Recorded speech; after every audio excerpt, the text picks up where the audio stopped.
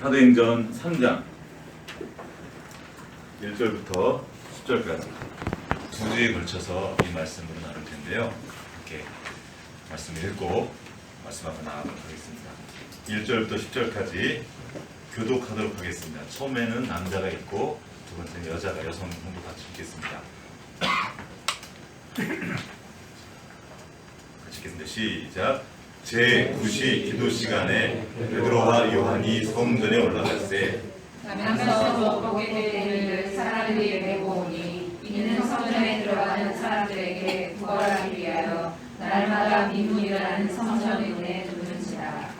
그가 베드로와 요한이 성전에 들어가려 함을 보고 구걸하거늘 베드로와 요한과 더불어 주목하여 이르되 우리를 보라 하니 그가 베드로에게서 무엇을 얻을까 하여 바라보거늘 베드로가 이르되 은과 금은 내게 없거니와 내게 있는 이것을 내게 주노니 나사렛 예수 그리스도의 이름으로 일어나 걸으라 하고 오른손을 잡아 일으키니 발과 발목이 곧 힘을 얻고 뛰어서서 걸으며 그들과 함께 성전으로 들어가면서 걷기도 하고 뛰기도 하며 하나님을 찬송하니 모든 백성이 그 걷는 것과 하나님을 찬송하는 보고 같이 시작. 그가 본래 성전 미문에 앉아 구걸하던 사람인 줄 알고 그에게 일어난 일로 인하여 심히 놀랍게 여기며 놀라니라.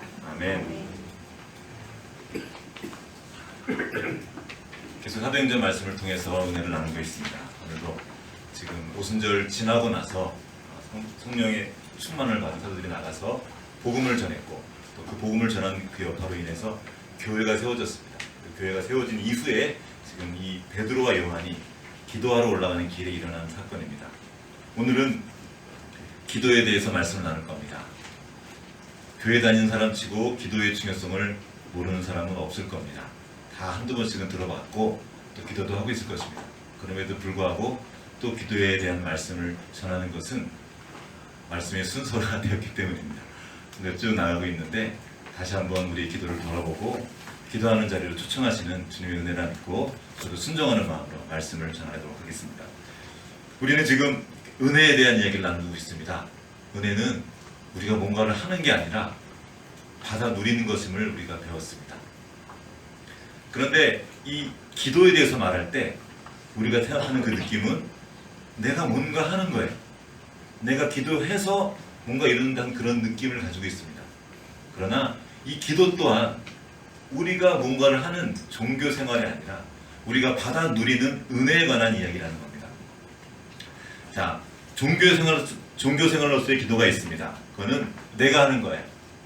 내가 희생하고 내가 수련하는 거예요. 일종의 규칙 준수입니다. 내가 했으니까 됐지? 오늘 이만큼 기도했으니까 난 된 거야. 할 걸 다 한 거야. 내가 한 것에 대한 대가로서의 뭔가를 받는 거죠. 내가 기도했으니까 이거 주세요. 나의 공로를 주장합니다. 이게 종교생활로서의 기도예요. 지금도 수많은 사람들이 종교생활합니다. 그 기도의 유익을 못 누려요. 그런 사람들. 기도 때문에 힘들어지고 어려워지는 거예요. 이 힘든 걸 왜? 그렇지 않아도 힘들고 어려운데 기도하느라고 마음에 어려움이 있어요. 기도해도 못해가 이렇게 무게만 있고 힘들어지기만 하는 거죠. 종교생활하는 중이죠. 그런데 진리를 따르는 생활로서의 기도가 있습니다. 이것은 그리스도께서 이루신 것을 보고 믿음으로 하는 기도입니다. 이 기도는 어떤 규칙을 따르는 것이 아니라 인격이신 예수 그리스도를 따르는 겁니다. 내가 곧 길이요 진리요 생명이니 내가 곧 여기서 내가 누굽니까? 예수님이에요. 인격이세요. 사람이세요. 사람으로 오신 그분을 따라가는 거예요. 그러니까 규칙과 관계하는 것이 아니라 어떤 법을 지키는 것이 아니라 인격이신 그분과 함께 교제하며 그분과 동행하는 것이 바로 기도입니다. 그런 사람들은 예수님을 바라보고 의지하는 거예요. 규칙 지키는 게 아니라 율법 지키는 것이 아니라 의무를 다하는 것이 아니라 나의 곁에 계신 그 주님을 붙잡고 그 주님을 의지하는 겁니다. 그 힘을 누리는 거예요. 이런 사람들은 위로부터 오는 능력과 그 지혜로 살아갑니다. 내가 한 것이 아니라 받아서 한 거기 때문에 나의 공로가 없어요. 주님의 공로입니다. 이것이 진리를 따르는 생활입니다. 자, 다시 종교 생활로서의 기도가 뭐였다고요? 근거가 납니다. 내가 기도했고 내가 이만큼 했으니까 내가 이렇게 열심을 냈으니까, 내가 이렇게 희생했으니까 나한테 주십시오. 이게 종교생활입니다. 거래하는 거죠. 공양미 300석. 내가 이만큼 드렸으니까 나한테 이런 복을 주십시오. 내가 이거 쌀 드렸으니까 우리 아버지 눈뜨게 해주세요. 이런 거. 이거는 성경에 말하는 기도와 다릅니다. 다른 얘기예요. 이 종교생활로서의 기도는 누가 합니까? 주체가 나예요. 내가 근거입니다. 내가 지켜야 할 규칙과 의무로서의 기도입니다. 그래서 이걸 안 하면 괜히 찔리고 큰일 날 줄 알아요. 이것이 이슬람교의 기도입니다. 이슬람교는 하루에 5번씩 기도를 해요. 안 하면 큰일 나요. 그래서 의무 때문에 어쩔 수 없이 기도합니다. 두려워서. 신이 나에게 벌 주니까, 내가 기도하지 않으면. 근거가 나이기 때문에 늘 불안해요. 어떤 때는 잘하고 어떤 때는 못하잖아요. 왔다 갔다 하는 거예요. 기도 조금 잘하면 내가 했으니까 됐지. 그러나 또 안 되면 또 불안해요. 근거를 나로 둘 때 우리는 자유를 잃어버립니다. 그런데 진리를 따르는 사람의 기도는 내가 근거가 아니라 그리스도가 근거예요. 예수님이 이루신 그 일을 믿음으로 하는 기도입니다. 예수님이 미리 하신 그 일이 없으면 나의 기도는 의미가 없어요. 내가 기도를 세게 한다고 오는 게 아닙니다. 내가 신념을 가지고 믿으면 되는 게 아니에요. 여러분 바알 선지들의 기도 기억나시죠? 그 엘리야하고 바알 신들이 싸웁니다. 그 바알 신을 믿는 사람들이 자기 몸을 막 해하면서 기도해요. 막 열심히 기도합니다. 그러나 이루어집니까? 이루어지지 않아요. 나의 열심으로 이룰 수 있는 기도가 아닙니다. 주님이 이미 이루신 것이 있기 때문에 그 이루신 것을 보고 내가 기도하는 겁니다. 이 기도는 나의 무력함, 나의 부족함, 내가 할 수 없음을 알기 때문에 기도하는 겁니다. 그 사람은 하나님 없이는 아무것도 못해요. 그래서 기도하는 겁니다. 그냥 의무 때문에 기도하는 게 아니라 기도하지 않으면 할 수 있는 게 없어요. 그래서 기도하고, 여기서의 기도는 내 삶의 호흡이고 생명이고 삶 자체입니다. 예수님도 그러셨죠. 아버지께 들은 것이 없이는 난 못한다. 아버지와 연결 속에서만 모든 걸 하셨어요. 삶 그 자체였죠. 이 기도는 뭔가 이루려고 하는 기도가 아니라 삶의 방식과 삶의 내용으로서의 기도입니다. 내 존재 방식이 어떤 존재 방식입니까? 철저히 의존적인 삶인 거예요. 난 못합니다. 주님이 없이는 난 못합니다. 그래서 주님 앞으로 나아가는 거예요. 주님의 힘을 입고 주님의 지혜를 받는 것입니다. 초대교회 사도들의 기도, 그것이 바로 이런 기도였습니다. 1장 14절에 이렇게 나와 있죠. 1장 14절 맨 끝에 보면은 아직 지금 성령님이 오시기 전이에요. 더불어 마음을 같이하여 오로지 기도에 힘쓰니라. 예루살렘에 잘못하면 죽는다 그랬죠. 거기 예수님을 죽인 사람들이 다 그들이 있었어요. 다시 그곳으로 들어가서 기도를 하려고 하니까 잘못하면 잡혀 죽는단 말이에요. 먹을 것도 신통치 않아요. 머물 것도 신통치 않아요. 120명도 되는 사람이 함께 머물렀는데 잠이나 제대로 잤겠습니까? 뭘 먹었을 거예요? 갑자기 준비 없이 들어갔는데. 그들의 기도는 생명을 거는 기도였습니다. 다 쏟아붓는 거예요. 왜 그들은 그렇게 기도했습니까? 다른 길이 없었어요. 기도하는 것 외에는 기도했습니다. 그들의 삶의 방식이자 존재 방식이었습니다. 기도만이 살 길이었습니다. 그래서 인생 전체를 걸고 기도했습니다. 그 약속을 기다리는 기도입니다. 우리가 항상 이렇게 기도할 수는 없어요. 그러나 때로는 인생의 방향을 결정할 그때가 되었을 때 우리는 이렇게 모든 걸 쏟아놓고 기도해야 될 때가 있습니다. 오순절 사건, 그 성령 강림 사건은 그들의 기도에 대한 응답이 아니었습니다. 하나님의 약속에 대한 하나님의 성취였어요. 그들이 기도해서 성령이 온 것이 아니라 하나님이 보내시겠다고 했기 때문에 보내신 거예요. 그런데 누가 받았습니까? 그 약속을. 그 자리에 있었던 사람. 예수님 말씀대로 그 예루살렘에 들어가서 그곳에 함께 머물러 있던 사람들에게 성령이 임했습니다. 은혜죠. 예를 들어 만나를 한번 기억해 봅시다. 하나님이 만나를 내리셨어요. 아침에 새벽에 해 뜨기 전에 내려가면 거기 이슬처럼 내려있는 것이 있을 거다. 하나님 만나를 내리셨죠. 그 만나를 가지러 간 사람만 만나를 얻을 수 있었습니다. 나가야 돼요. 하나님은 이미 그 만나를 내려주셨어요. 그런데 내가 가지 않으면 그 만나는 내 것이 될 수 없습니다. 이런 은혜가 있습니다. 하나님은 모든 사람에게 은혜를 다 베풀어 주십니다. 하나님이 해를 비추실 때 넌 착하니까 너한테만 내가 해를 비춰줄게. 그러지 않습니다. 넌 나쁜 놈이니까 내가 너한테 비를 안 줘. 이게 아니에요.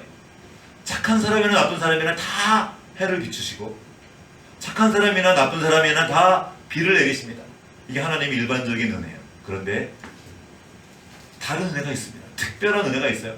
그 태양열 지별판이라 그러죠. 이렇게 태양빛 반고 똑같이 햇빛을 비췄는데 그 지별판 위에는 태양빛을 깊이 받아요. 그래가지고 그걸로 전기를 만들었어요.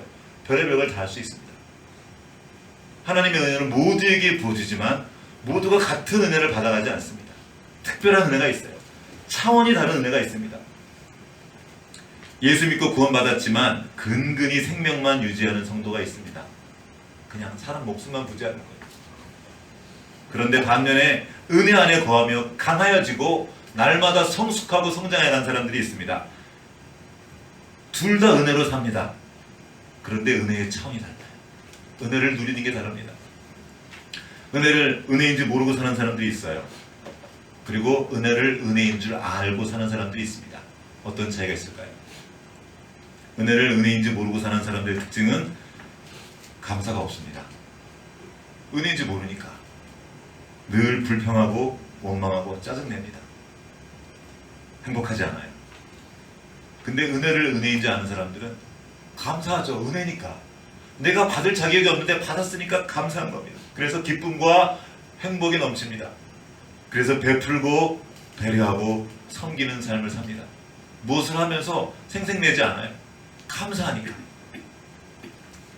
요즘 아이들을 만나고 있습니다. 요즘에 중학교 자율학기제가 시작돼서 거기서 아이들 수업을 하고 있는데 중학교 1학년 남자아이들입니다. 그 아이들을 만나면서 또 저의 새로운 세계를 경험하고 있습니다. 새로운 세계예요. 이것들의 특징은 저도 모르게 나왔는데 이것들이라고 나왔는데 이 아이들의 특징은 일단 눈을 깔아요. 깔고 이렇게 제대로 보지 않습니다. 그리고 가만두면 이렇게 허리를 펴고 있지 않고 엎드려 있습니다. 그리고 엎드려서 이렇게 눈에 초점이 없고 매달리가 하나도 없어요.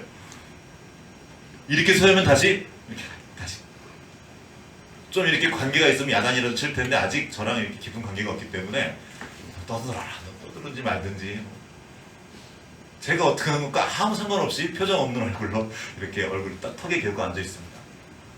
이렇게 보고 있다면 처음엔 화가 났었어요. 나중엔 화도 안 나요. 그래. 그 아이들은 얼마나 많은 걸 누린지 아십니까? 요즘 이 중학교 아이들 저희 중학교 때 한번 생각해 보세요. 그때 생각하면 뭐 얼마나 많이 몰라요. 그들의 승질내는 이유는 핸드폰 종류 이게 좋지 않다는 것 때문에 승질을 부리는 거거든요. 날 좀 그냥 냅두라는 자기 마음대로 하겠다는 거죠. 안 들어요. 감사를 몰라요.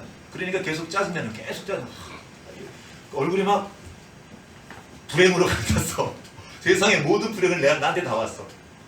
저도 나름 이제 웃겨주려고 애들하고 놀아보려고 재밌는 여러 가지 하지만 물론 그 중에는 함께 참여하는 아이들이 있습니다. 그때 절반 이상의 아이들이 이미 딱 그 마음밭이 그거야. 이 얼굴 모양이 다 그렇게 들어가 있어요. 물론 지금 천천히 얼굴이 바뀌어지고 있지만 그 아이들이 그 얘기를 해주는 거예요. 니들이 누리고 있는 게 얼마나 많은지 아냐. 얼마나 많은지 우리는 알잖아요. 근데 그 아이들은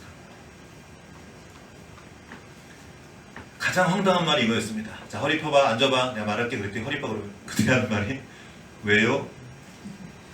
이것들이 왜요라니. 조용히 해봐. 그러면 그냥 그게 제일 황당해. 이거 뭐 몰라요. 됐어요. 싫어요. 이런 거 정도가 아니라 왜요?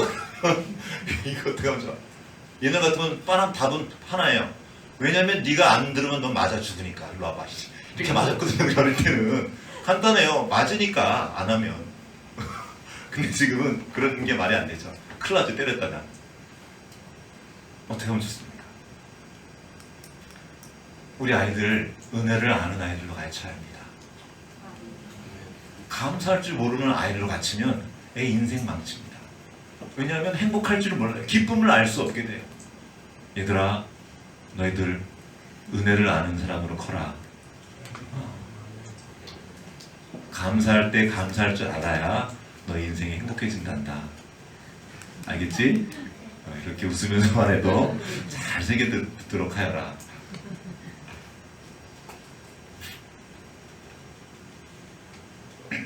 감사할 때 특징이 누구한테 가서 감사하는 겁니다.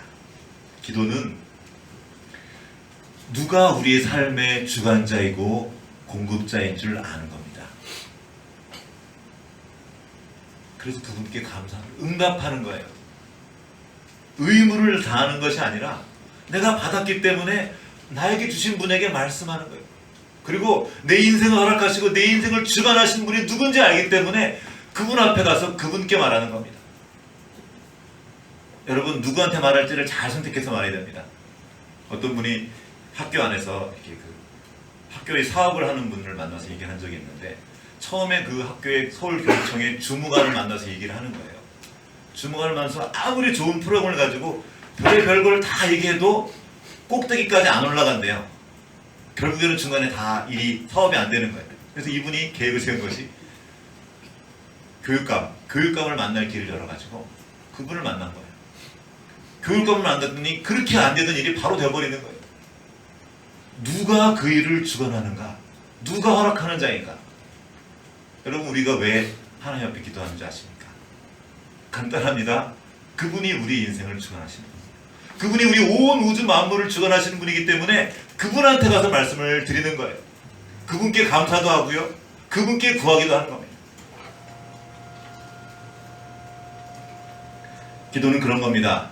우리가 우리 삶의 주관자를 알 때 그분께로 가서 기도합니다. 기도하지 않는 이유는 그 비밀을 잘 모르는 거예요. 그래서 힘든 겁니다. 만약에 여러분에게 한번 그 기회를 준다고 생각해 보십시오. 내가 이 온 우주 만물을 다 다스리고 네 인생을 내가 좋게 바꿔줄 수 있어. 그런 분이 계신데 그분이 말합니다. 너 내가 전화번호 줄게. 명함을 받습니다. 이거 직통전화니까 나한테 전화해. 제가 몇 사람 이렇게 시장들 이렇게 연락처를 받았는데 별것 아닌 것 같은데 명함 속에 그 지갑 속에 있단 말이에요. 직통전화가. 급하면 전화하면 된단 말이에요. 아무 때나 쓰진 않지만 하나님이 우리에게 그걸 티켓을 준 겁니다. 전화번호를 준 거예요. 와서 나에게 연락해라.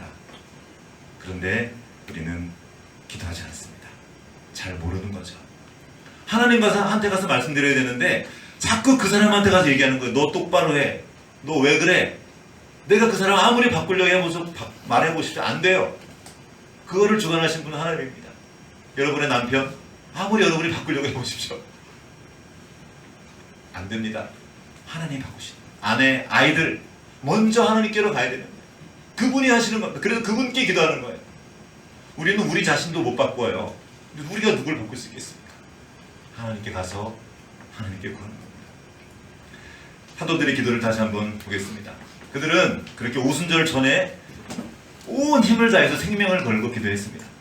그러나 오순절이 온 이후에도 그들은 함께 모여서 오로지 기도하기를 힘썼습니다. 사도행전 2장 42절 한번 읽어보게 같이.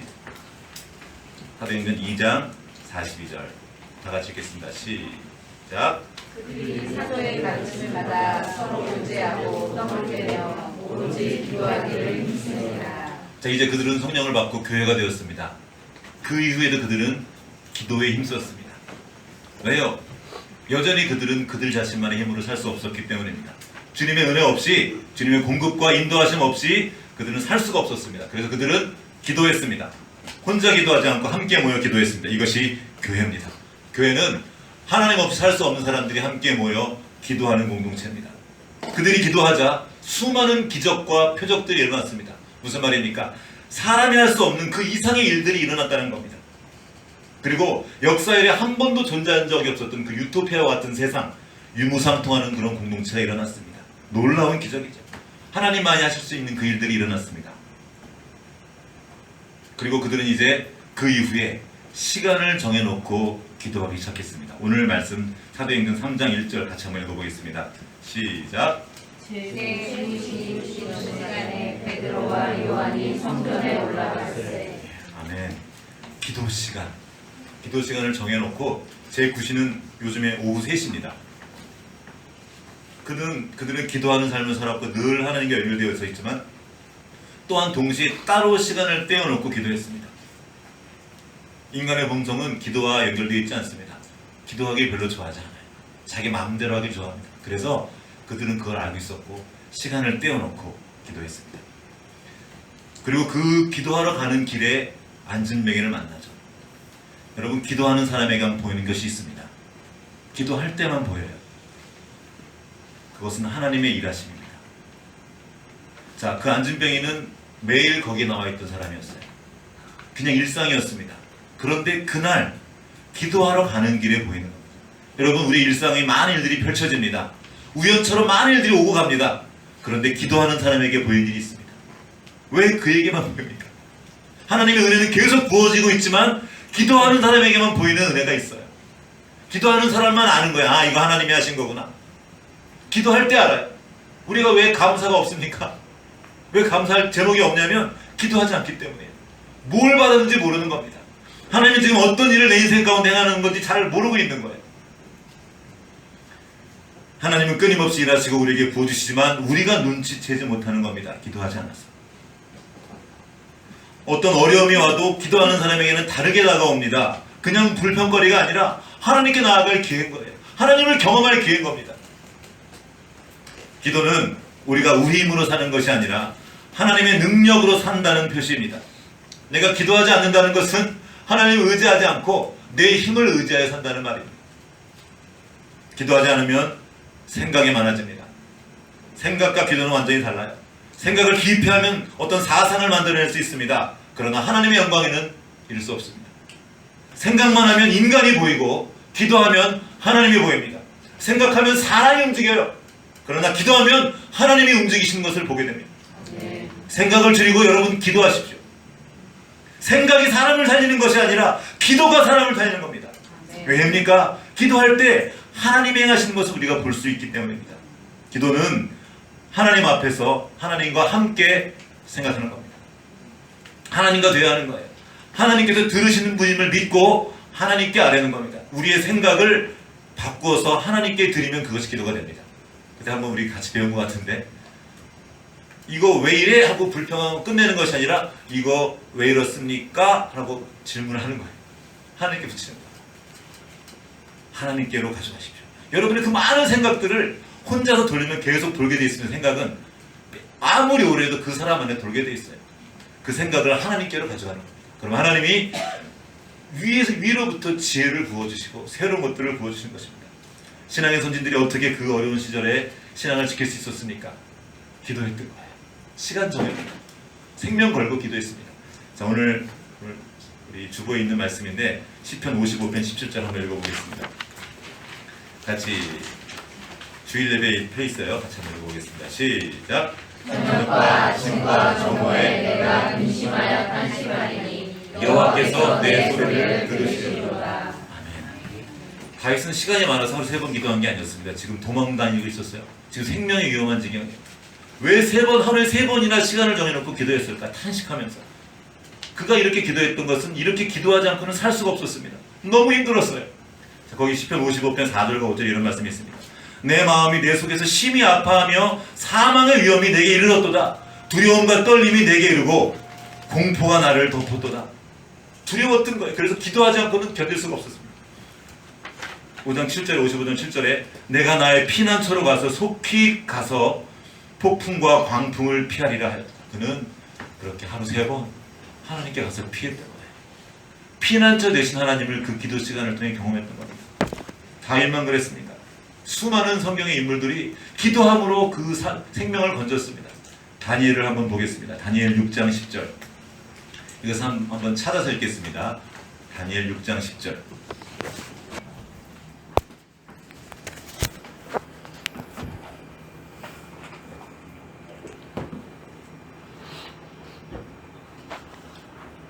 함께 한 목소리 읽겠습니다. 시작. 다니엘이 이 조서에 왕이 도장이 찍힌 것을 알고도 자기 집에 돌아가서는 윗방에 올라가 예루살렘으로 향한 창문을 열고 전에 하던 대로 하루 3번씩 무릎을 꿇고 기도하며 그의 하나님께 감사하였더라. 자, 지금은 감사할 수 있을 만한 상황이 아니죠. 어떤 때냐면 그때 상황을 보면 그때 페르시아의 왕 다리오가 무시무시한 왕입니다. 다리오가 고관 120명과 총리 셋을 두어서 나라를 다스렸습니다. 그런데 그 중에 다니엘이 뛰어났어요. 가장 단연 돋보이게 뛰어났습니다. 그래서 그를 최고로 세운 높은 자리에 두고 그를 통해서 다스리게 했단 말이에요. 그랬더니 다른 이 120명의 사람들, 굉장한 사람들입니다. 이 사람들. 그리고 그 중에 뽑힌 또 2명의 총리들, 이 사람들이 다니엘을 시기해가지고 다니엘을 한번 죽이려고, 함정에 걸려 넘어뜨리려고 흠을 찾아보지만 찾을 수가 없었던 거예요. 너무나 완벽하게 일을 잘했고 흠이 없이 잘했단 말이에요. 그래서 찾고 찾다가 찾은 것이 그가 하루 3번씩 기도한다는 걸 알았습니다. 그래서 음모를 세우죠. 왕한테 말해서 한 달 동안, 30일 동안 왕 외에 다른 사람에게 기도하면 그를 사자굴에 집어넣으라고 왕한테 안을 올립니다. 조서를 올린 거죠. 그리고 왕이 보고 나쁠 것 없잖아요. 나한테 잘하는 거니까. 그래서 그렇게 하라고 그랬고, 이렇게 말한 그 조서에 왕이 도장에 찍힌 것을 알고도 다니엘은 들어가서 하루 3번씩 기도했습니다. 여기서 저는 질문을 하게 됩니다. 한 달만 기도 안 하면 되는데, 그렇죠? 한 달 동안이라 그랬으니까.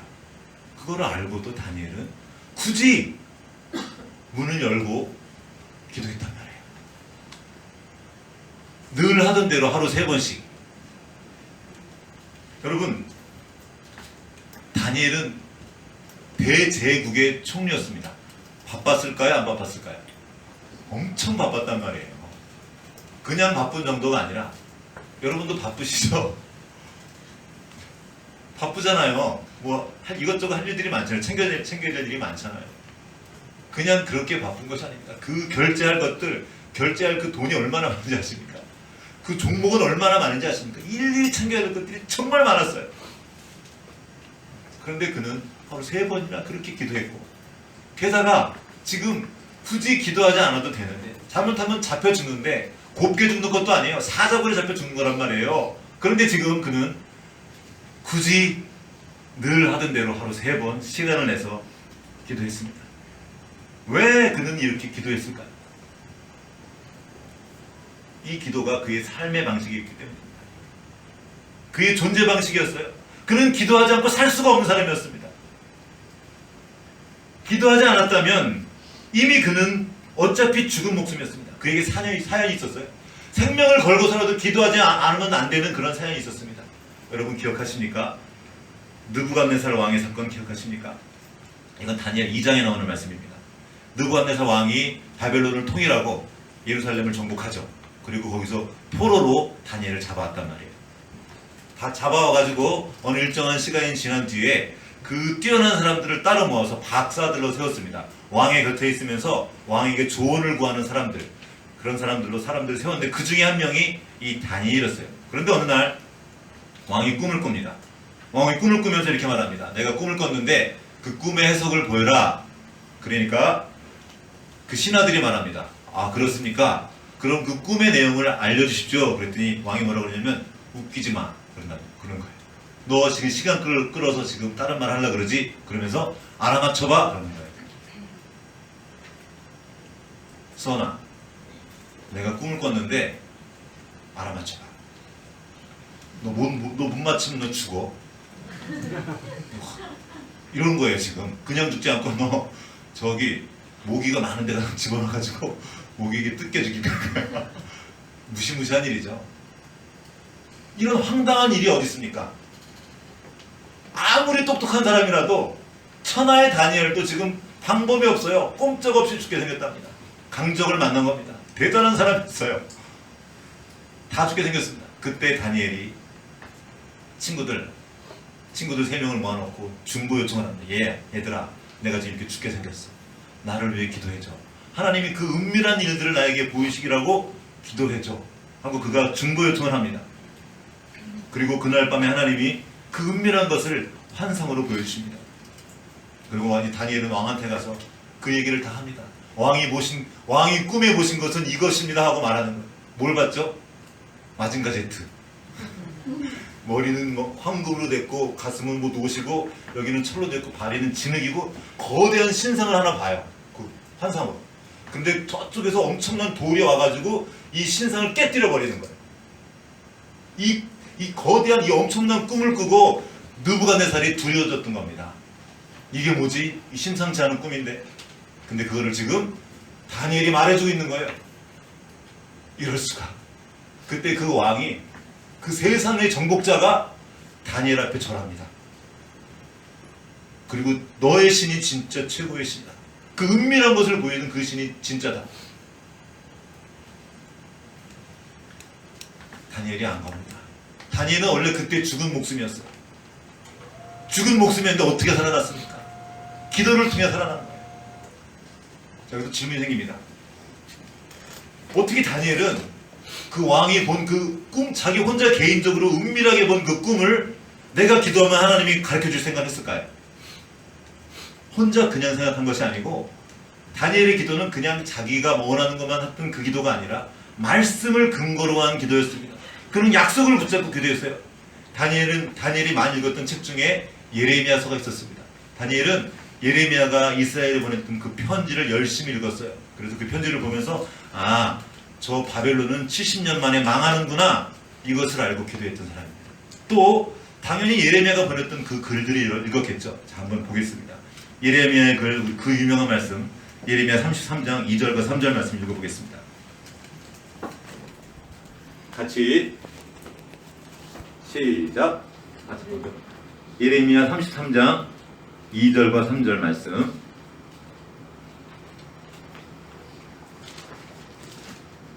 예레미야가 포로로 잡혀간 그 바벨론 사람들에게, 이스라엘 사람들에게 편지를 보냅니다. 그것이 성경으로 편집되어 남아있는 건데, 자, 다니엘이 이 말씀을 읽었을 것입니다. 한번 함께 다니엘의 마음으로, 지금 다니엘은 포로로 잡혀가 있는 그 나라의 총리입니다. 그가 지금 이 성경을 읽고 있는 거예요. 한번 읽어보면 같이 시작. 이를 행하시는 여호와, 그것을 만들며 성취하시는 여호와, 그의 이름을 여호와라는 이가 이와 같이 이르시되 내게 부르짖으라. 내가 네게 응답하겠고 내가 알지 못하는 크고 은밀한 일을 네게 보이리라. 그는 해보십시오. 크고 은밀한 일을 내게 보이리라. 주님이 약속하셨죠. 내가 부르짖어라. 내가 보여주겠다. 다니엘이 어떻게 했을까요? 부르짖었죠. 이게 지금 목숨이 왔다 갔다 하는 일입니다. 혼자 죽고 끝난 일이 아니에요. 엄청난 이 위협 앞에서 그는 부르짖어 기도했고 그 기도의 응답대로 크고 비밀한 일을 보았습니다. 여러분, 다니엘은 그때 당시에 있었던 모든 뛰어난 사람들보다 10배나 더 총명했다고 그랬습니다. 어떻게 그랬습니까? 공부 열심히, 맞습니다. 공부 열심히 해야 되지만 공부 열심히 한다고 그게 되는 일이 아닙니다. 그는 하늘의 지혜를 얻었던 사람입니다. 하나님의 지혜를 얻었기 때문에 그 지혜를 나타낼 수 있었어요. 그럼 그 하나님이 어디 가셨습니까? 오늘날 우리에게도 함께 하시는 겁니다. 우리가 만약 주님 앞에서 이 크고 비밀한 일을 보여주십시오 하고 기도한다면 주님이 보여주시는 거예요. 근데 문제는 우리는 그 크고 비밀한 일에 관심이 없어요. 하나님은 지금 우리에게 보여주고 싶은 것이 있단 말입니다. 진짜 큰 일, 하나님 나라의 일, 그 아름다운 일들을 우리에게 보여주시기 원하는데 우리는 관심이 없어요. 그냥 내 앞에 있는 어떤 일들, 내가 생각했던 그것만 주는 게 관심이에요. 이 오늘 안진뱅이가 구했던 거, 그 은과 금, 요것만 주세요. 나 그거만 있으면 돼요. 근데 지금 베드로는 뭘 보고 있습니까?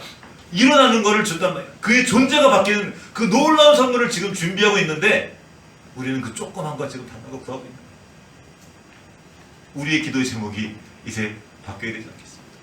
하나님이 주시고자 하신 그것들을 받아들여야 되지 않겠습니까? 다른 것 때문에 부르짖는 것이 아니라 우리 자식 서울대학 가게 해주세요 하고 부르짖는 게 아니라 하나님이 그 크고 은밀한 일을 내게 보이시고 이 아이의 삶을 통해 행하실 그 하나님의 일을 보이시라고, 그에 합당한 삶을 살게 하달라고 그렇게 기도해야 되지 않겠습니까? 이 기도를 잃어버린 거예요. 그렇게 다니엘은 기도함으로 생명을 구했고, 그렇기 때문에 그는 지금 생명의 위협이 와도 이 기도를 놓을 수가 없었던 거예요. 어차피 이 기도하지 않으면 그는 죽은 목숨이에요. 그때 그 위기, 지금 이 사람들이 모함을 걸었잖아요. 음모를 걸었잖아요. 이 음모를 걸었던 사람이 이번에 다니엘이 그걸 넘어섰다고 칩시다. 그러면 멈췄을까요? 그 뒤에도 계속 죽이려고 그랬단 말이에요. 끝까지 그를 죽이려고 했던 거예요. 어차피 그는 지금 이 판사판이었어요. 지금 내가 기도로 이걸 뚫어내지 않으면 살 길이 없었던 겁니다. 끝까지 기도했던 거예요. 기도는 그래서 적어도 다니엘에게 있어서 기도는 생명이었습니다. 그게 삶 자체였었어요.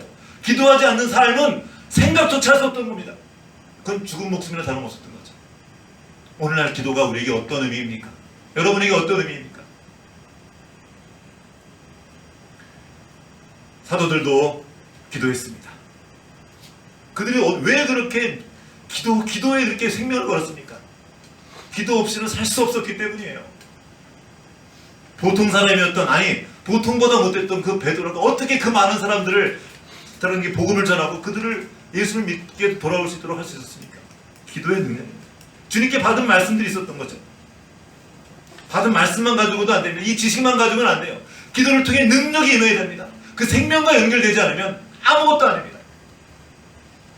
그들은 그래서 규칙적으로 시간을 가지고 기도했습니다. 왜 그렇게밖에 할 수 없었습니까? 사도들은 기도하지 않으면 죽어요. 그렇게 말씀 전하고 나서 곧 잡혀갑니다. 실컷 두드려 맞고 그냥 대충 맞은 게 아니에요. 몇 대 뚫게 맞은 게 아니고 죽기 직전까지 맞는 겁니다. 그렇게 맞고 감옥에 갇힙니다. 풀려나와 또 말씀 전하고 또 잡혀갑니다. 언제 죽을지 모르는 거예요. 그러니까 어떻게 기도 안 합니까? 기도할 수밖에 없었죠. 자, 이제 다시 오늘날 우리가 처한 상황을 봅시다. 다윗이 처한 상황은 정말 위험한 상황이었죠. 원수들이 게다가 그 왕이 자기를 죽이려고 달려드는 상황이었기 때문에 기도할 수밖에 없었어요. 다니엘은 그 대단한 사람들이, 이 똑똑한 사람들이 죽이려고 어떻게든 함정에 걸려가지고 지금 다니엘을 모함하고 있는 상황입니다. 기도하지 않을 수 없었죠. 이 제자들은 어땠습니까? 그때 당시에 제사장들, 힘 있는 사람들, 똑똑하다는 사람들이 다 모여서 이 제자들을 죽이려고 했어요. 기도하지 않을 수 없었겠죠. 그럼 우리들은요? 우리들은 괜찮습니까? 우리가 처한 시대는 어떻습니까? 그때보다 낫습니까? 사실은 그들이 처한 어려움보다 우리가 처한 어려움이 훨씬 더 큽니다. 왠지 아십니까? 그때 당시에 적은 보였어요. 대단한 적이긴 했지만 적어도 적이 누군지는 알았단 말이에요. 근데 오늘날의 위험이 어디 있습니까? 보이지가 않아요. 얘네들이 지금 어디서 나를 공격해 올지 모르는 거예요. 옛날에는 대놓고 핍박했습니다. 눈앞에 적이 보였어요. 근데 오늘날에는 어디서 어떻게 공격할지, 그 적이 어떤 모양을 하고 있는지 알지 못합니다. 우는 사자처럼 산길자를 찾고 있는데 바로 옆에 와 있는데 느낌이 없어요. 아무런 감도 없이 괜찮은 겁니다. 1차 세계대전이 일어날 때, 그때 1914년에 그때 유럽은 평화 그 자체였었습니다. 꿈에 부풀어 있었어요. 인간에 대한 장밋빛 소망. 막 그 기계들이 막 나타나면서 막 자동차 경주하고 사람들 신기해가지고 막 이 꿈 같은 세월이 오는구나 하고 그 직전까지 그들은 몰랐습니다. 그 엄청난 대재앙이 온 유럽을 쓸고 갈지 아무도 몰랐어요. 그 오스트리아 황태자가 죽었을 그때도 몰랐어요. 이것이 이렇게 큰 전쟁이 될지. 어느 날 갑자기 전쟁의 소용돌이 힘을 온 유럽이 쑥대밭이 됩니다. 아무도 몰랐어요. 먼 나라 갈 것도 없이 우리나라를 봅시다. 우리나라 6.25 때 주일날 아침에 다들 놀러가고 휴가가고 아유 평안하게 괜찮다고 그러고 그날 쳐들어왔단 말이에요. 누군가는 지금 준비하고 있는데 우리를 삼키려고, 우리를 쓸어버리려고 준비하고 있는데 아무런 감이 없어요. 마귀가 있습니다, 여러분. 사단이 지금 우리를 넘어뜨리려고 하고 있고, 우는 사자처럼 어디 보자, 어디 누구 따로 떨어져 있는 없나 이렇게 살피고 있단 말입니다. 근데 우리만 괜찮아요. 너무나 괜찮아요. 예수님께서 제자들에게 말했습니다. 겟세마네 기도하기 전에 시험에 들지 않게 깨어 기도하라. 왜 기도해야 됩니까? 시험에 들지 않도록, 마귀에 밥되지 않도록. 예수님 이것을 어떻게 하십니까? 예수님 자신도 그 마귀의 공격에 당하셨습니다. 마귀가 예수님도 공격한단 말이에요. 대놓고. 예수님은 누구십니까? 하나님의 아들이셔요. 그 예수님을 시험하고 유혹하고 근국했단 말이에요. 그럼 우리가 공격 안 할 것 같습니까? 우리 예수님도 그 마귀의 시험을 이기고자 기도하셨습니다. 그 마지막 시험 가운데 관문대 앞에 예수님이 놓여 있었어요. 십자가를 질 건가 말 것인가. 예수님도 기도하지 않고는 그 일들을 감당하실 수 없었던 거죠. 그 예수님이 제자들에게 마지막 추노처럼 말합니다. 시험에 들지 않게 깨어 기도하라. 근데 자는 거예요. 이제 곧 몇 시간 뒤면 예수님 잡혀갑니다. 자기들이 그토록 믿고 따랐던 그 예수님이 잡혀가는데 지금 쿨쿨 자고 있는 거예요. 예수님이 또 오십니다. 얘들아, 내가 지금 죽게 생겼다. 너무 힘들어. 나를 위해 좀 기도해 주라. 그리고 가시는데 또 잡니다. 또 와서 시험에 듭니다. 그리고 또 자요.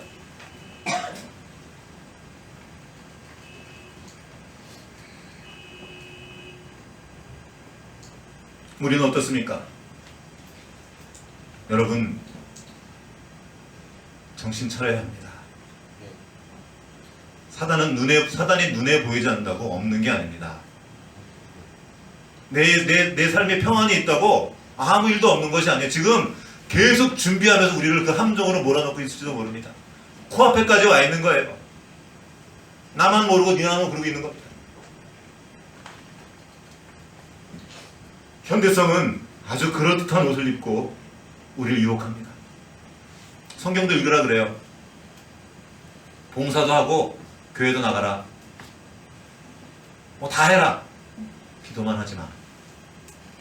굳이 하려거든 조금 하다 말어. 그렇지. 그 정도면 된 것 같아. 기도 딱. 식사 기도 그렇지. 하루 3번 기도하면 되잖아. 하루 3번 정도. 아침 먹을 때. 밥 먹기 위해서 기도하는 거죠. 그걸로 가능합니까? 여러분, 버텨낼 수 있을 것 같습니까? 이 현대성의 공격이 얼마나 무시무시한지 압니까? 얘네들은 지금 밖에 있잖아요. 이미 우리 안에 들어와 있어요. 현대성이. 드라마, 게임, 쇼핑하는 거, 이 모든 과정 자체가 우리를 현대성에 길들이도록 우리를 지금 조장하고 있단 말입니다. 우리도 모르는 사이에 우리 안에 들어와 있는 거예요. 여기에 위험이 있습니다. 여러분, 얼마나 많은 사람들이 지금 위험에 처했는지 아십니까? 아프간 전쟁으로 인해서 15,000명이 죽었어요. 여러분, 1년에 15,000명이 지금 자살해서 죽습니다. 우리나라에서만. 하루에 38명이 자살로 죽습니다. 그 중에 상당히 많은 퍼센테이지가 중고등학생들이에요. 지금 이미 넘어갔습니다. 엄청난 수로 지금 자살이 늘어나고 있어요. 편리해졌고요. 너무나 많은 좋은 것들인데 애들이 고마운 줄 모르고 죽어요. 짜증 부리면서. 이놈의 세상 그러면서. 아십니까? 그 자살하는 사람의 상당수가 기독교인들이에요. 하나님을 믿고도 죽는 거예요. 온갖 사회 문제가 가득한데 지금 세상은 그렇다 쳐요. 근데 상당히 많은 퍼센테이지 수가 기독교인들이에요. 여러분 괜찮은 줄 아십니까? 여러분들의 남편들 괜찮은 줄 아십니까? 지금? 교회 다닌다고 괜찮으신 줄 아세요? 여러분의 아내들은, 여러분의 아이들은 괜찮을 것 같습니까? 어느 날 죽는 거예요. 엄마들은 몰라요. 우리 애가 그럴 리가 없어요. 한두 번 들은 게 아닙니다. 선생님들과 얘기하다가 아이가 막 너무 선생님을 괴롭히고 옆에 아이를 괴롭히고 때리고, 저도 제 눈으로 직접 봐서 리코더를 던져요. 지 뜻대로 안 된다고 달에 던져버린단 말입니다. 근데 그 엄마는 와가지고 우리 애가 그럴 리가 없어요. 그러고 그 자기가 때린 애를 간다고 막 가서 엄마끼리 싸우고 그런단 말이에요. 우리 애가 그럴 리가 없긴요. 어느 날 가는 거예요. 어느 날 모르고 있는데 그때서야 후회해봤자 소용이 없는 거죠. 근데도 기도하지 않아요. 우리는 그 사건을 기억하고 있습니다. 아이가 간질병 걸 귀신 들린 아이를 제가 아빠가 데려와서 예수님 이 아이를 좀 살려주십시오. 할 수 있거든 살려주십시오. 그렇게 예수님 말합니다. 할 수 있거든이 무슨 말이냐? 믿는 자에게 능치 못할 것도 없다. 그때 이 사람이 말합니다. 내가 믿습니다. 믿는다고 보니까 믿음이 없어. 내 믿음 없는 것을 도와주세요 하고 기도했단 말이에요. 주님께. 근데 지금 애들이 다 죽어나가는데 우리 애가 별일 없다고 그냥 가만히 있는 거예요. 다 죽어갑니다. 지금. 정말 안타까운 것은 그 놀라운 은혜를 받고도, 그 은혜를 누리고도 받지 못하는 거예요. 왜? 기도하지 않아요. 다 주셨거든요. 이미 주신 그것들을 우리는 받아먹지 못하고 있는 거예요. 여러분 괜찮지 않습니다. 저라고 괜찮은지 아십니까? 지금 목사들이 나가서 지금 사고 치고 다니는 것 때문에 얼굴을 들고 다닐 수가 없어요. 그들이 뭐 영성이 부족해서 훌륭한 분들이었습니다. 대단한 설교도 따로 들어봤어요. 얼마 전에도 지금 청소년 사역자 목사가 아이를 건드려가지고 큰 사회적 무리가 있었는데 그분 설교 찾아 들어봤더니 좋아요. 말씀 좋아요. 크게 쓰임 받은 사람이 넘어가는 거예요. 여러분 저를 위해 기도해 주십시오. 저 괜찮지 않습니다. 제 안에 들어와 있어요. 지금 전 목사거든요. 세상 움직이고 세상들이 다 보고 있단 말이에요. 제 안에도 그 현대성이 들어와 있어서 언제 어떻게 될지 몰라요. 여러분의 목사를 위해서 기도해 주십시오. 넘어집니다. 여러분의 남편을 위해서 기도해 주셔야 합니다. 여러분의 아내를 위해서, 여러분의 사랑하는 자녀들을 위해서 기도해야 될 거 아닙니까? 언제 기도하세요, 여러분? 은혜에 대해서 얘기하니까 그냥 다 괜찮은 줄 아십니까? 그 은혜를 우리에게 주시고자 하십니까? 하나님의 뜻과 닿아야죠. 그 은혜를 은혜되게 하지 못하는 그 일들, 마귀가 지금 그거 하는 겁니다. 그 은혜를 헛되게 하는 작전을 지금 마귀는 쓰고 있는 거예요.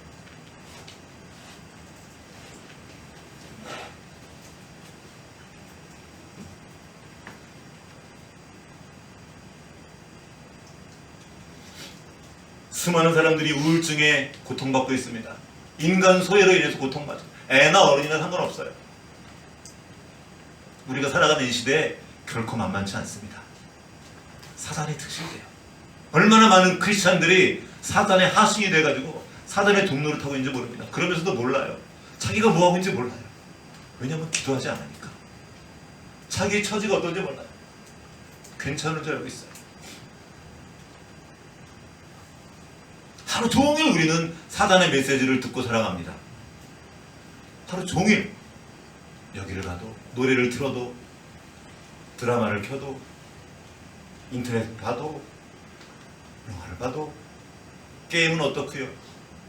요즘에 아이들 웹툰 보는 거 현대성으로 가득한 현대성이 무섭습니다. 이거 지금 세뇌당하고 있는 걸 몰라요. 아이들은 자기가 지 말하는 줄 알아요. 아니거든요. 사단이 현대성이 심어놓은 그 말을 자기 말인 줄 알고 떠들어대면서도 몰라요. 더욱 두려운 것은 어른들이 몰라요. 얘가 지금 왜 이런지 모르고 상관하지 않아요. 그러면서 은과 금만 구합니다. 스펙 쌓으면 되는 거예요. 애들 공부 잘해서요. 판사 되면 그 판사 돼가지고 뭐 하는지 아십니까? 그래서 의사 되면 의사 돼서 뭐 하는지 아세요? 그 사람들이 차마 다 말을 할 수가 없어요. 사회 지도층 인사들이 그거 다 돼가지고 어떤 짓 하고 다니는지. 그 되면 뭐 할 겁니까? 행복하십니까? 어떻게 우리 이 아이들을, 우리의 다음 세대를 이 거대한 현대성의 홍수로부터 지켜낼 수 있겠습니까? 우리가 할 수 있지 않습니까? 못합니다. 나 멀리 볼 거 없어요. 나 여러분 자신 어떻습니까? 나는 안전합니까? 내가 나 스스로를 지켜낼 수 있습니까? 역시 혹시 가능한 분 계세요? 저는 못하겠더라고요. 할 수 없어서 날마다 엎드려가지고 주님 나를 도와주십시오. 날 불쌍히 여겨주십시오. 나를 보호해 주십시오. 그렇게 무력한 자가 되어 주님 앞에 엎드리면 주님이 힘주시는 거예요. 주님이 능력 주시고 이길 힘 주시는 거예요. 그때 일어서서 주님과 함께 일어서서 사단의 머리를 밟는 거예요. 우리 자녀들 전서로 서야 됩니다. 저절로 되지 않습니다. 주님께서 우리에게 은혜를 베푸시고 생명을 주신 것은 간당간당 목숨 유지하며 살아가는 것이 아니라 하나님 나라의 군대로 살아가는 겁니다. 하나님 나라의 사역자. 뭐가 제일 안전한지 아십니까? 군대로 사는 거예요. 군대. 근근히 살아가는 거 말고. 사도가 말합니다. 골로새서 4장 2절에 기도를 계속하고 기도에 감사함으로 깨어있으라. 에베소서 6장 11절에 말씀하십니다. 마귀의 간계를 능히 대적하기 위하여 하나님의 전신갑주를 입으라. 마귀의 간계가 있습니다. 이거는 지금 군사적 용어인데 작전이에요, 작전. 마귀는 그냥 움직이지 않아요. 되는 대로 하지 않습니다. 작전을 완벽하게 세워놓고 그리로 몰아갑니다, 우리를. 마귀는 생각하고 작전 세우고 움직이는데 우리는 그냥 가다가 그냥 당하는 거예요. 당해놓고 아이고 내가 실수했네. 그냥 실수가 아니에요, 지금. 마귀의 치밀한 계획 가운데 내가 걸려 넘어진 거지 그냥 어쩌다 실수로 넘어진 게 아니란 말입니다. 실수했다고 또 내가 알고 내가 잘못했거나 다음번엔 잘해야지. 다음번에 뭘 잘해요? 안 돼요. 마귀의 관계가 카나큰 꾀를 써서 우리를 지금 부비틀을 걸어놓고 지금 우리를 기다리고 있습니다. 그래, 좀만 더 하라, 좀만 더 하라. 그런데도 우리는 그냥 해라. 너무나 괜찮습니다. 사도가 계속 말합니다. 모든 기도와 간구를 하되 항상 성령 안에서 기도하고 이를 위하여 깨어 구하기를 항상 힘쓰며 여러 성도를 위하여 구하라. 여러분, 정신을 바짝 차려야 합니다. 깨어서 기도해야 합니다. 우리는 지금 무서운 시대를 살고 있습니다. 역사상 어느 때보다 주님을 따르기 힘든 시대를 살고 있어요. 이것이 현대성입니다. 특히 우리의 다음 세대는 완전히 원수의 놀잇감이 되어버렸습니다. 마음대로 갖고 놀아요. 이제 핸드폰 하나 딱 쥐어주고 이제 끝났어요. 아, 됐다 이제.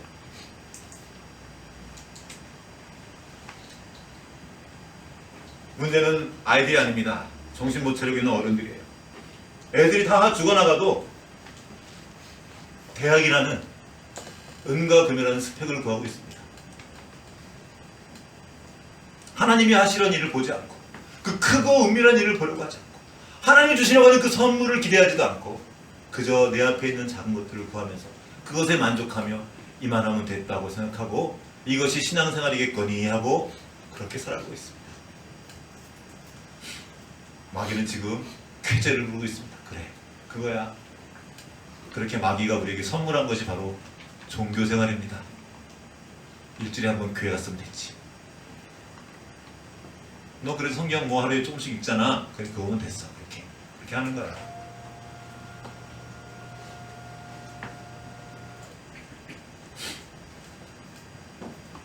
이전에도 한번 나눈 일이 있습니다. 개미 유충 이야기입니다. 어떤 개미는 냄새로 자기 편과 적군을 구분합니다. 개미도 모이면 진짜 세거든요. 함부로 못 이기는데 개미의 그 천적 중에 하나가 그 냄새를 없어요. 개미가 인식 못하지 않은 냄새를 써서 알아채지 못합니다. 개미들이 힘을 합치면 걔네들은 다 죽어요. 근데 얘네들이 그 냄새를 없애놓고 알을 낳았습니다. 개미들의 그 집에 가서. 근데 냄새가 없으니까 그냥 모르고 있어요. 얘네들이 커서 개미 유충을 잡아먹습니다. 애벌레 잡아먹어요. 지금 마귀가 그 일을 하고 있습니다. 들어와서 다음 때들 잡아먹어도 개미는 몰라요. 냄새가 안 나니까. 괜찮아요. 무슨 일 있어요? 괜찮지 않습니다. 예레미야가 경고했습니다. 그러다가 죽습니다. 지금 돌이키라고. 수많은 선지자들이 와서 경고했습니다. 하나님의 백성들이요, 하나님의 은혜를 입은 하나님의 자녀들이요, 이제 하나님 앞으로 돌아오십시오. 와서 기도하십시오 하고 그렇게 외쳤지만 그들은 예레미야를 제거해버렸습니다. 선지자들을 제거했습니다. 그렇게 예수님을 제거했습니다. 지금도 하나님께서 우리에게 성령을 보내셔서 우리에게 말씀하십니다. 근데 이 성령님의 음성이 세지가 않아요. 세미한 음성을 드립니다. 우리가 그걸 외면해버릴 때 우리만 해를 입는 것이 아닙니다. 우리의 다음 세대가 넘어지게 됩니다. 시간 잠깐 같이 기도하기 원합니다.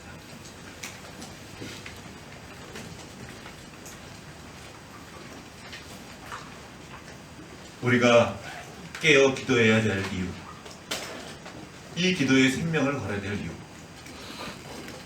그것은 우리의 존재 자체가 하나님과 연결되어 있는 존재이기 때문입니다. 기도하지 않고는 살 수 없는 존재이기 때문입니다. 그래서 우리는 시시때때로 무시로 기도해야 됩니다. 또한 시간을 정해놓고 주님 앞에서 간절히 부르짖어야 합니다. 이것만이 우리의 살 길이기 때문입니다. 지식이 우리의 생명을 지켜주지 않습니다. 그 지식이 우리의 생명이 되기까지는 아무것도 아니에요. 그저 교만하기만 할 뿐입니다. 우리에게 보여진 그 많은 진리의 지식들이 우리를 넘어지게 하는 걸림돌이 될 수 있습니다. 우리가 기도하지 않는다면 말입니다. 주님, 우리에게 불쌍히 여겨주시고 기도의 영을 부어주십시오. 교회는 기도하는 공동체입니다. 기도가 우리의 생명입니다. 호흡입니다. 우리의 존재 자체이며 우리의 삶입니다. 이 시간 기도하며 주님 도와주십시오. 성령으로 충만케 하시고 이 시대를 바라볼 수 있는 깨어있는 시각을 주시고 주님의 마음을 따라 기도할 수 있도록 주님께서 주시고자 하시는 그 모든 것들을 받아들이며 하나님의 군사로 온전히 서서 적군을 밟는, 원수를 밟는 주님의 군대로 서게 하여 주십시오. 같이 기도하시겠습니다.